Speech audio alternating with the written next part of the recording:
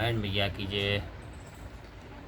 नहीं सत्य सांग जोग जप जागा, नहीं डर चरण कमल अनुरागा। एक बान करुणा निधान की, सो प्रिय जाकी गति नयन की।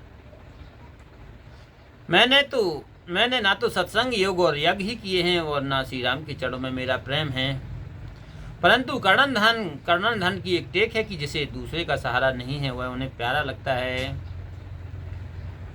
हो यह सुफल आज मम लोचन, देख बदन पंकज भव मोचन।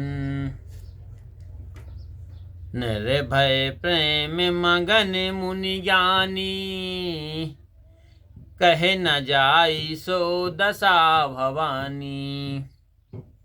आज संसार के बंधन से छुड़ाने वाले प्रभु ने के मुख कमल के दर्शन करके मेरे नेत्र सफल हो गए हैं। शिव जी कहते हैं कि हे पार्वती, वे ज्ञानी मुनि प्रेम में पूर्ण मग्न हैं, उनकी दशा कही नहीं जा सकती।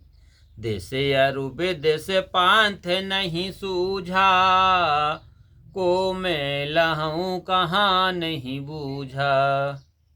कब हो के फिर पाछे पुनि जाई, कब हो के नेत करें गुण गाई।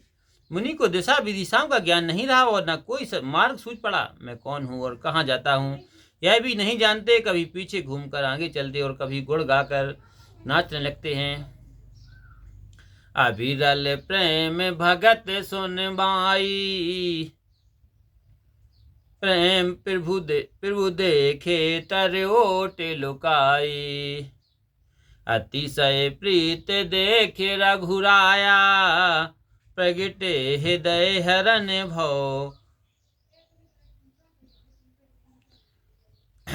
भव भीरा।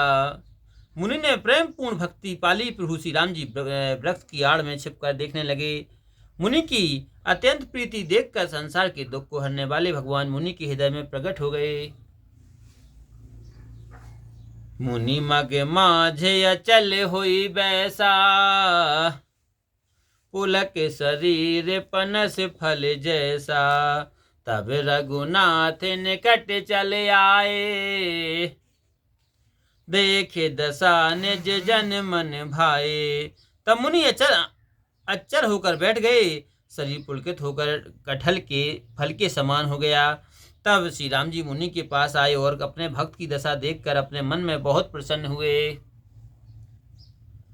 मुनहि राम कहो भांति जगावा, जागे न ध्यान जनित सुख पावा। भूप रूप तब राम दुरावा, हृदय चतुर्भुज रूप दिखावा। श्री राम जी ने मुनि को बहुत जगाया पर भी नहीं जागे, क्योंकि मुनि को तो ध्यान का सुख प्राप्त हो रहा था। तब श्री राम जी ने अपने स्वरूप को छिपा लिया, मुनि के हृदय में अपना चतुर्भुज रूप प्रकट कर दिया। मुनि अकुलाई उठा तब कैसे, विकल मिहीन मन फनिवर जैसे। आगे देखे राम तन श्यामा, सीता अनुज सहित सुख धामा। तब मुनि घबरा कर ऐसे उठे जैसे मणि के बिना नागराज घबरा जाता है। अपने आगे सीता जी और लक्ष्मण जी समेत सुख के धाम श्याम सरी वाले श्री राम जी को देखकर